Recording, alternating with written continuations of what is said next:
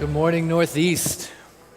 I'm excited to finish up our series, Drift. And when Monty asked me to go ahead and close this out, I was excited because he wanted me to talk about relational drift. And I love the subject matter that we're coming in contact with. And I love Hebrews too. The book is great, and I like it for three reasons. One, the college president where I went to undergrad work, he actually wrote a commentary on Hebrews, and he's a phenomenal guy. I actually had him autograph my copy, and every time I see it on my bookshelf, just have fond memories of this book. So I love it for that reason. Also, we all know someone who likes to talk Bible. And in the talk, sometimes, maybe you've done this yourself, I have, you'll say, well, it says it in there somewhere, and then you throw something out there, right? You can actually read that statement in Hebrews twice. Once in chapter 2, once in chapter 4, the author says, it's written somewhere in there that this, and this, and I love the humanity of that. But the third reason is that this book was written to a group of Christians that had never seen Jesus, but they had heard about him. They had learned about his teaching, and they were trying to put it into practice and see what it means for their lives. And that's just like you and me. We've never seen the dude. We've never seen the guy. But we've heard about him, and we're learning about him. And we're trying to see what his teaching means for our lives and how it should play out. So when you bring that into the idea of relational drift, it's really insightful. And my wife, Michelle, she does not do relational drift. She leverages every opportunity she can to lean into someone's life. We were at Applebee's a couple of weeks ago with the Knables, Lauren and Josh. We're having a great time.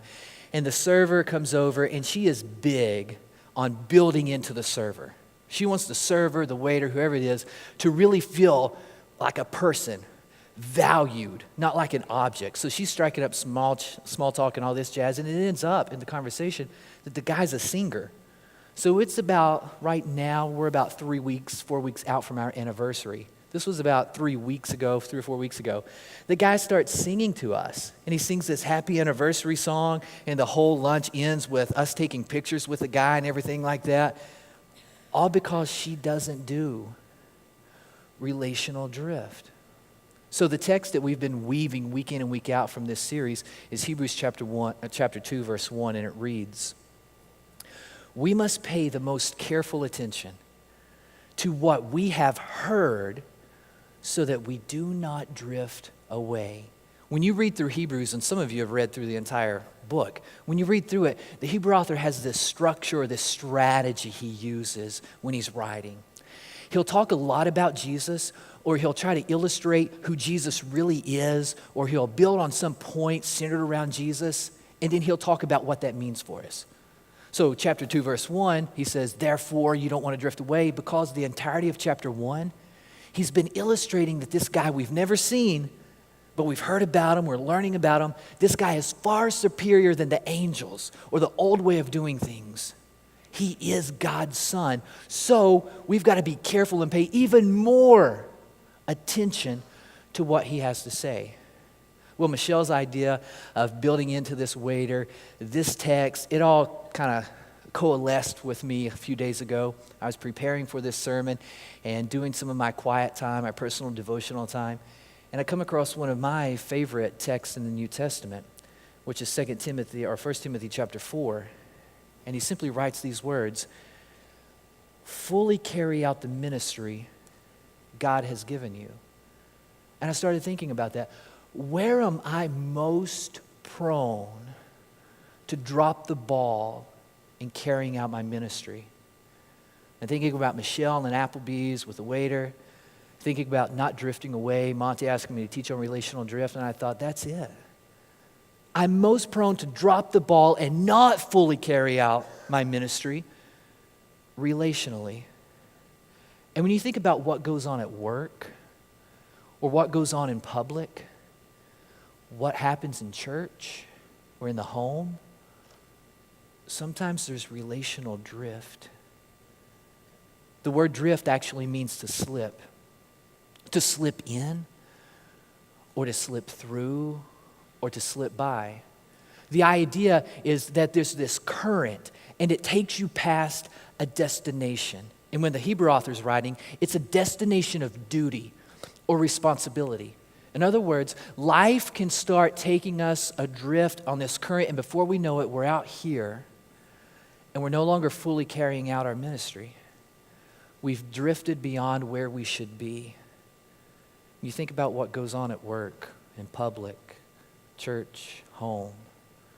It's so easy. So my question to you this morning will be, what's slipping in or through or by? What's the rhythm or current of life that's moving you beyond where you really need to be? I see it happening at work.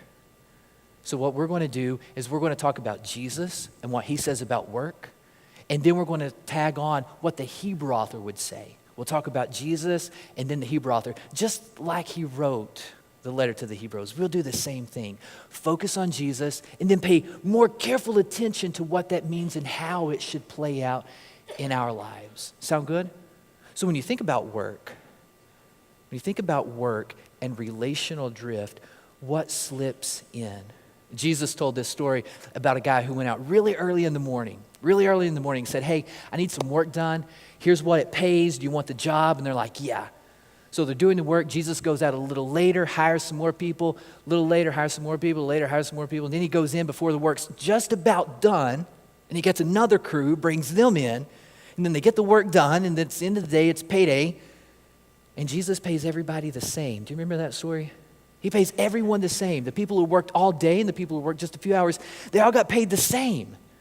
Well, this didn't set right with the people who are involved in the story.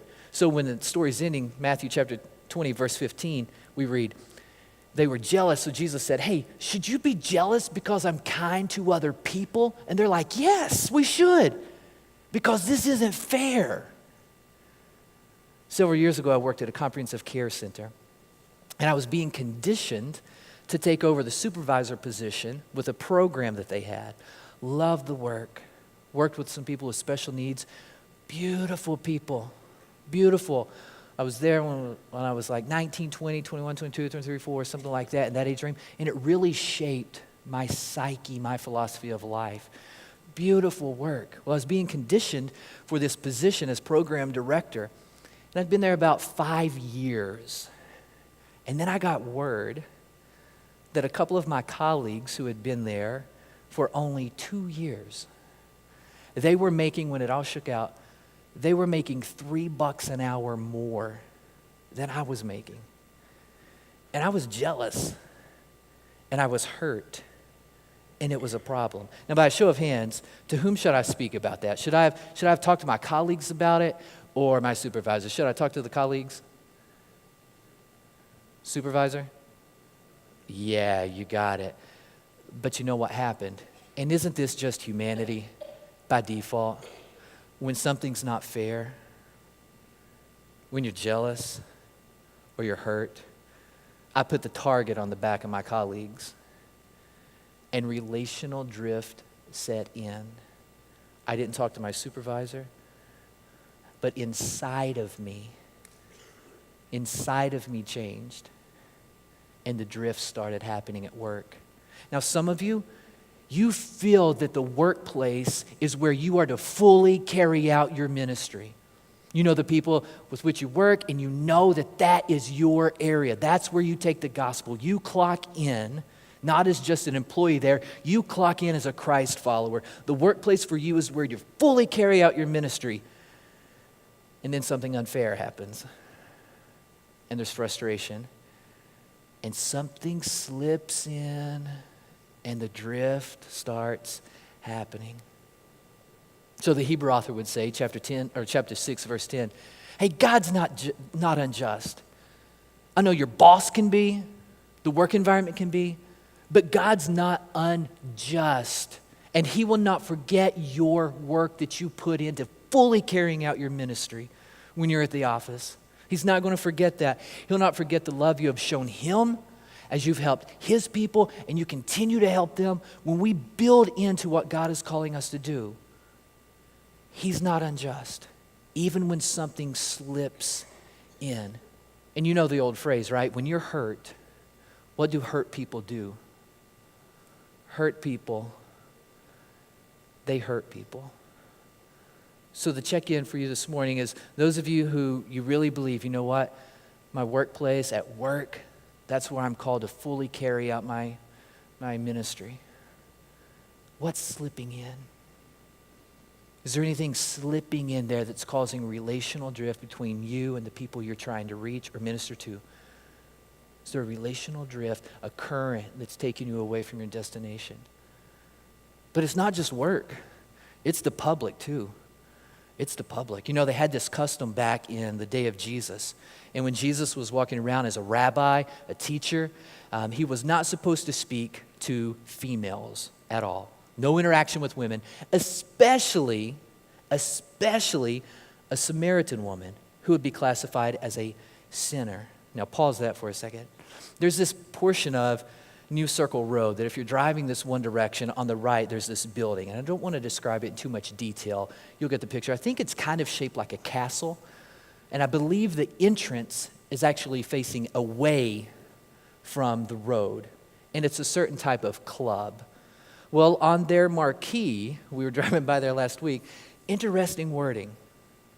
Said, Sin Sunday coming up. Sin Sunday.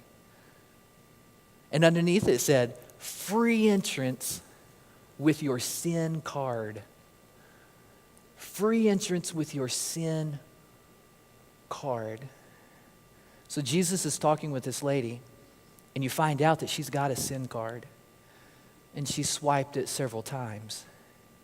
And he's conversing with her. He's building this relationship, but that was totally against the custom.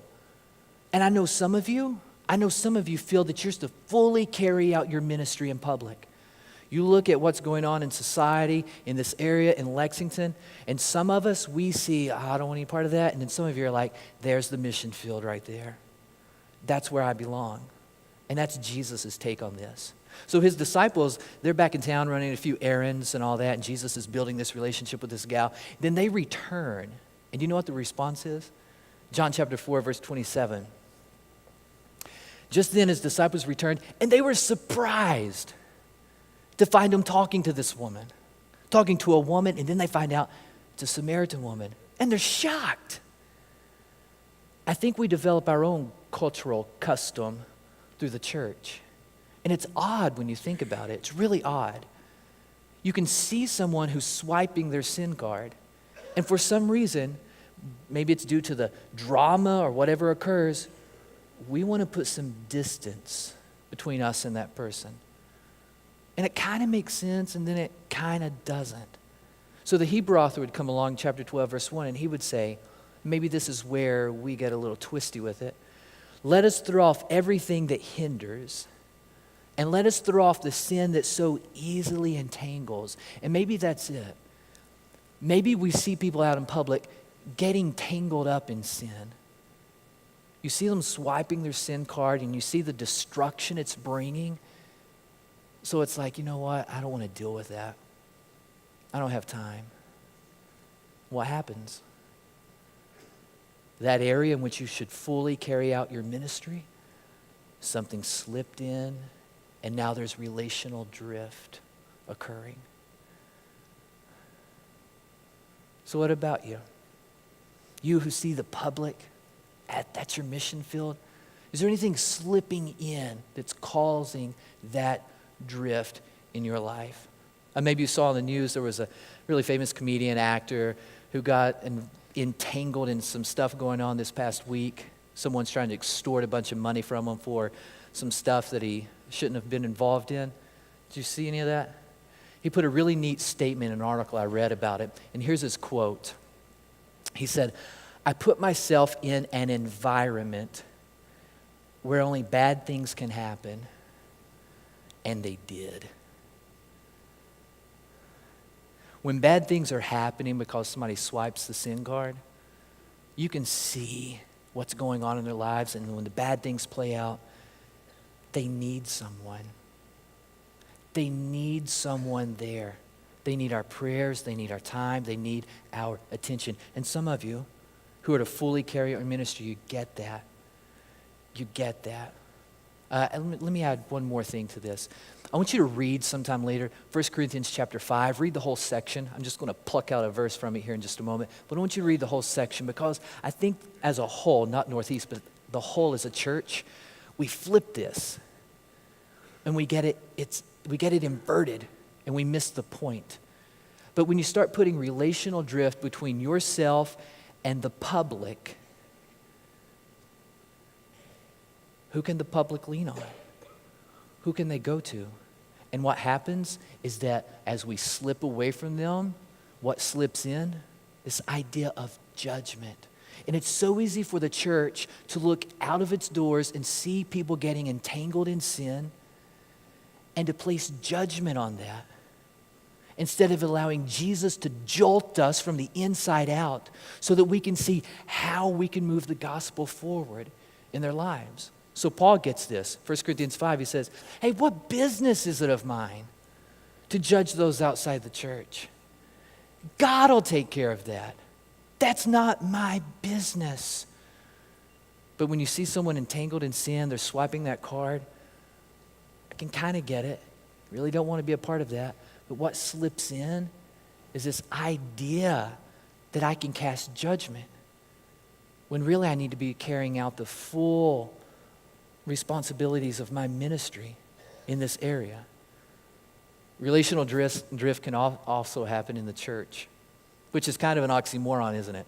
I mean, relational drift in the church, that doesn't make sense because at its core, Christianity is relational. Christianity is all about relationships with God and with each other. That's what Christianity is. But we've got this great story that's going on with Jesus. And what's really neat, if you read just what happened before it, there's some people who are casting out demons and doing some miracles in the name of Jesus. And they're actually killing it. They're doing really well. They're succeeding. They're making it happen. And then the disciples come to Jesus and they're like, hey, we saw someone doing some really cool stuff and they were tagging your name onto it. And we told them to cut it out. You know that story?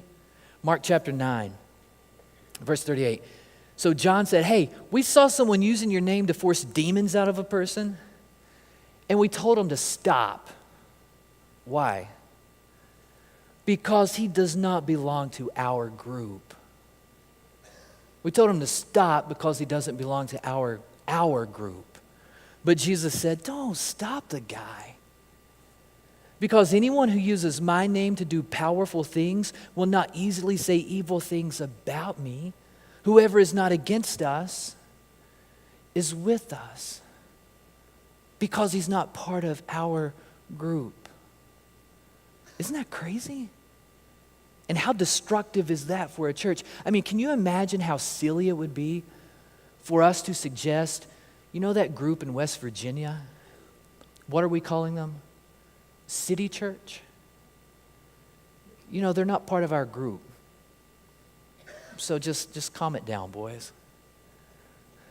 What's going on in Michigan? The Lakes Church? Well, they're no longer part of our group. And when you look at Northeast, or you look at City Church, or you look at the Lakes, you've got three different dynamics going on. How silly would it be for us to suggest that one of those three is wrong because they're doing it a little differently? So Jesus says, no. They're using my name to carry this out. I had coffee with a young man. He moved here from Arkansas. He's a student at Transy. Had coffee with him Thursday. Oh my. God is so involved in this young man's heart and mind. If you look at our faith backgrounds, they're different. They're different. Both Christian, but different ways of doing church, if you will. You look at our backgrounds, they're different. But when I left him, I was driving down the road and I had to pray. I had to say, God, it is so obvious to me that you have your hand on this man's life and you're directing him and you're guiding him. Show me how I can help. How can I join what you're already doing? Now, he's not part of my group. but heaven forbid that I chastise him. And how silly would it be for City Church or the Lakes to look at us and say, no, not like that. Not like that. Relational drift. What slips into a church? It causes people to drift apart. Bonus verse for this little section. Paul gets this. Paul gets this. Sophia, our 9-year-old, she was reading to Bella, our baby, a few days ago, and I noticed she was reading this story from a princess book, and she kept reading. She kept reading, and this lasted about 30 minutes. And I'm finally thinking, yes, something's clicking. She's getting it. So she reads to Bella for about a half hour. Afterwards, I go to her and I say, Sophie, I just want to say thank you for being such a great big sister. Thank you for loving on Bella. You're leading her well. She's going to learn to look to you later on in life for advice and guidance. You'll be able to be there for her. You're building into her so well right now. Thank you. And as I was talking, I was remembering, you know what? That's not the first time. Actually, I remember Sophie reading to her when we were driving in our car. And I remember Sophie reading to her before bedtime. Actually, this has been going on. Yes! It's clicking, right? So I'm like, Sophie, thank you. And she says, you're welcome, Daddy. But actually, I'm doing all this reading for her because if I read to her, I'm able to check it off on my checklist at school. And if I check off a certain amount, I get this really cool prize. Oh, okay. All right, yeah. Parent fail, right? But what Sophie didn't realize is that even though she had a selfish ambition in reading to her sister, she was creating a more meaningful mood in the family. There was good happening that was outside of her control.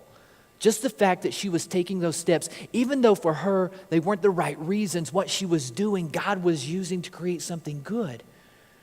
The Apostle Paul gets this. Philippians chapter 1, notice his language here.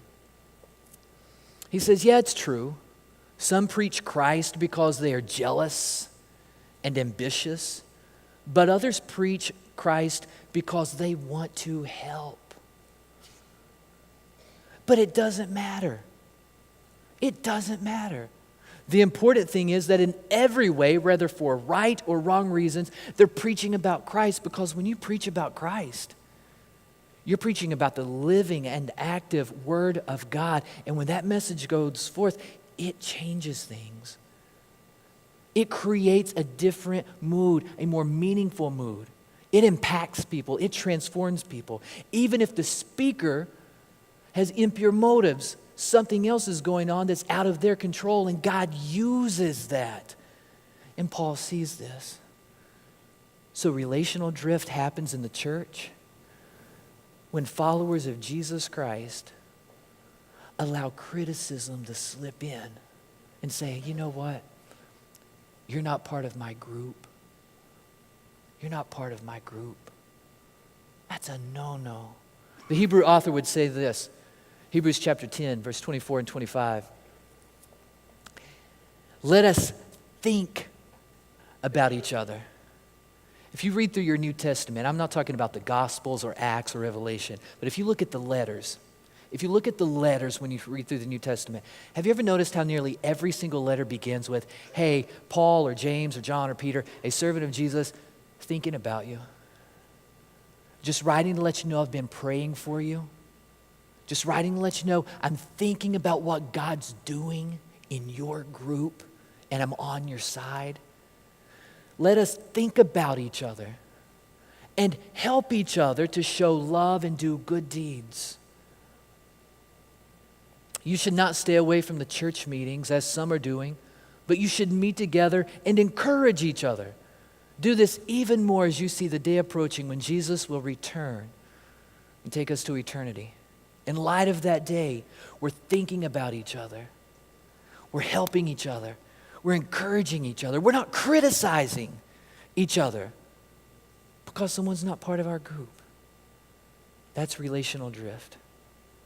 The relational drift also happens at home. So what does Jesus say about it? John 10:10. And this is the cornerstone. of this conference, or whatever you want to call it, Fiercely Fulfilled, that we're doing. John 10:10, Jesus says, I came so that everyone would have life and have it in its fullest. This isn't some health and wealth teaching. This is the idea that fulfillment is found in a relationship with Jesus Christ and with others.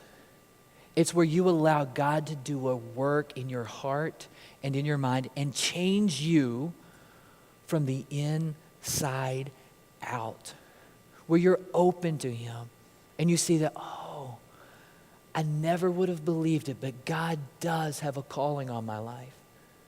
God does love me. God has wired me to fully carry out my ministry. He's given me a ministry. He wants to use me, not just allow me to float away or drift. He wants me to be fulfilled. And I tell you, Michelle and I have developed this Fiercely Fulfilled thing over 16 years in the making, and we're thinking about so many people. I'm talking husbands, wives, parents, I'm talking children, teenagers are walking around unfulfilled. Fulfillment's not having everything you want whenever you want it, but it's being in tune with who you are, what God is wanting to do in your life, and fully carrying that out. I meet with people all the time, adults, 40, 50, 60 years old. They say, I just don't know who I am. In every relationship I've had, when I was a kid and even in my marriage, I've never been allowed to be me. You would not believe how common that is. I see parents, and this drives me nuts. I understand that teenagers can be weird. I get that. What I don't get is when parents or other adults suggest that that's going to be the worst time of a kid's life. I don't buy that. I don't believe it. I hate that TV shows portray that, but I do not buy that at all. So what happens? Teenagers, they're detached from their moms and dads. And who's fulfilled? No one. So what do we do about it? We've got to do something. Or when you think about discipline, parents discipline their children. I see this all the time as well. Discipline becomes a form of punishment. That's all it is. Punishment. And you know punishment, it's established, it's rooted in revenge. You made me feel a certain way, you did something to me, so I have to do something to you. We want to empower parents to teach in disciplinary moments.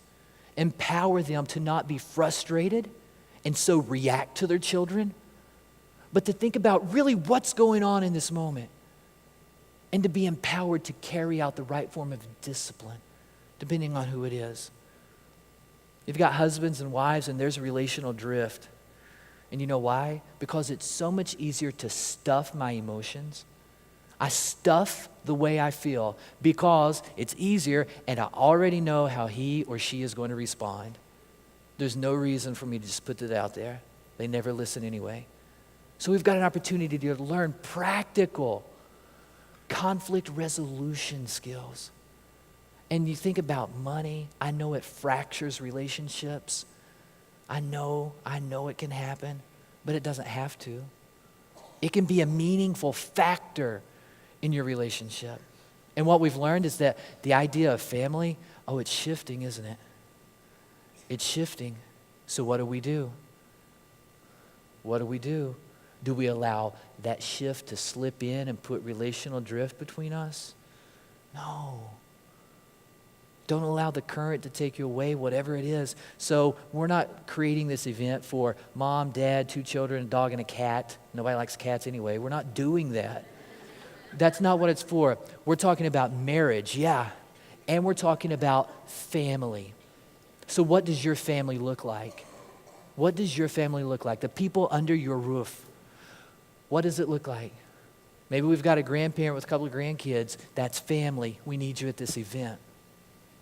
What happens when you got newlyweds and they're so excited about life, and then life kicks in and the drift happens? We're talking for you. We want you at this event. We need you at this event. People who have been married for 30 years, we need you. Michael Hyatt wrote this book, Living Forward, and the subtitle says, A Proven Plan to Stop Drifting. And I don't know if it has all the answers, but I do know he gets a couple of things right here. And I want to read them to you if I can find them. I had my place, and now I don't. And this is awkward. But he says about drifting. Whoever's in your family, in your house, whoever it is, whatever makes up your family, is fulfillment there. If not, maybe it's because you look around in your home and you see a lot of unhappy people who don't have a clue on how you ended up this way. And this way is not fun.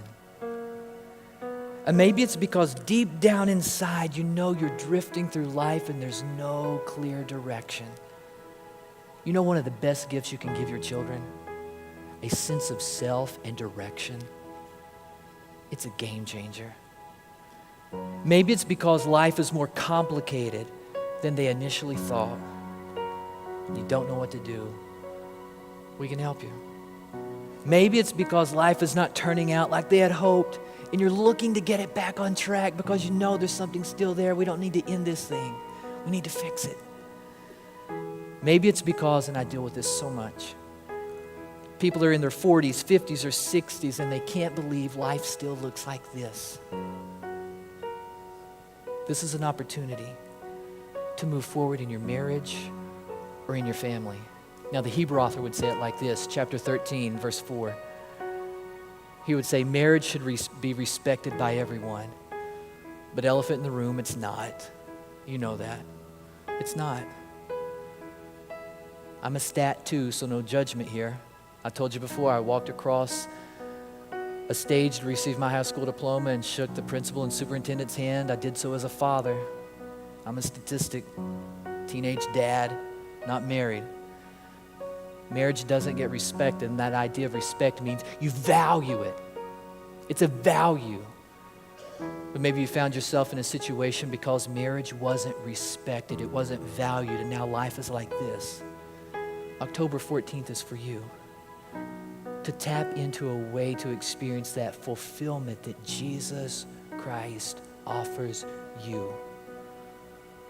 You think of work or the public, or church, or home, things slip in, and they can cause relational drift. One of the remedies is some of the conflict, some of the disruptions you will experience and maybe are experiencing. A couple of weeks ago, there was a couple that came by our church, and I believe fully that God led them to our place. You know that during business hours, we keep the external doors of this place locked. Well, on this one particular day, this man, this woman, and this baby, they come up to our doors and they pull, and you know what? It opens. And they come in. They meet up with me, and Reggie asks if I can help out. And I've got a slammed schedule that day. And my schedule's disrupted.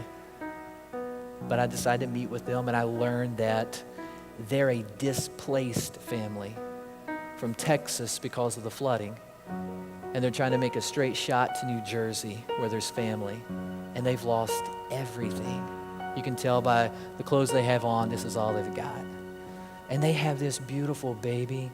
She's 9 months old, olive skin, dark black hair, gorgeous. I'm learning their story, and I said to this mom, I said, can I hold your baby? She says, yeah, and I hold her, and I'm like, oh, maybe one more. Maybe just one more, I don't know. Rocking her, gosh, she was beautiful. And I'm listening to them, and shame on me. Shame on me, because this family's displaced, and my schedule's a little disrupted. Shame on me. And it would have been so easy to allow relational drift to slip in that context. But I tell you, and you're not surprised at this, I'm sure, because when it comes to Northeast Christian Church, we have servants here. And I admire your servant's heart. But within a matter of 5 or 10 minutes, a team was organized with no real structure behind it. It turned into me holding a baby and then Reggie searching for a way to help with gas because their van, out of gas, needed alignment, brakes were shot, and I think they needed a new tire. Before I know it, Hope Bertram's involved, and you know when she gets involved in something, things happen, right? And then Sherry Hurley is doing some stuff, and that extends to John Saran. I know I pronounced his last name wrong. He's in the mix. As the day unfolds, it extends to Julie Percival and a few other people getting involved, and eventually the van gets totally fixed. We're going to fill it up on gas. They've got a hotel. They can wash up, change, rest, take care of the babies, and the very next morning they can be on their way. It was beautiful to see that occurring. And it was in a context, it was in a moment where anything could have slipped in, caused people to drift apart. But through people saying, you know what, I'm here, and I'm going to carry out the full responsibility of my ministry, something phenomenal occurred. That's beautiful. So at work, in public, in church, or at home, what's slipping in? What current's taking you away from the people that you really need to be there for? God in heaven, thank you.